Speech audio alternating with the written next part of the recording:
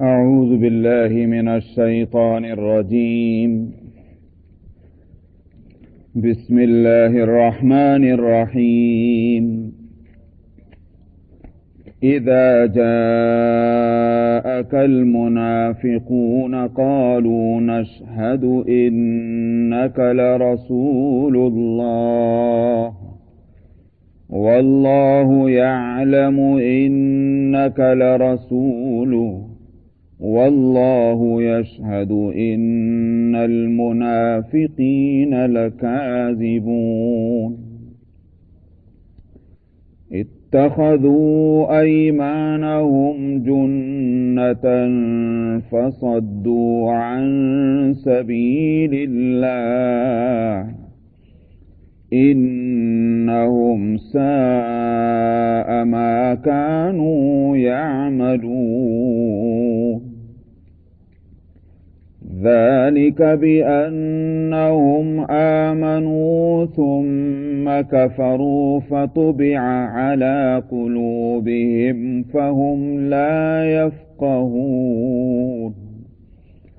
وإذا رأيتهم تعجبك أجسامهم وإن يقولوا تسمع لقولهم كأنهم خشب مسندة يحسبون كل صيحة عليهم هم العدو فاحذرهم قاتلهم الله أنى يؤفكون.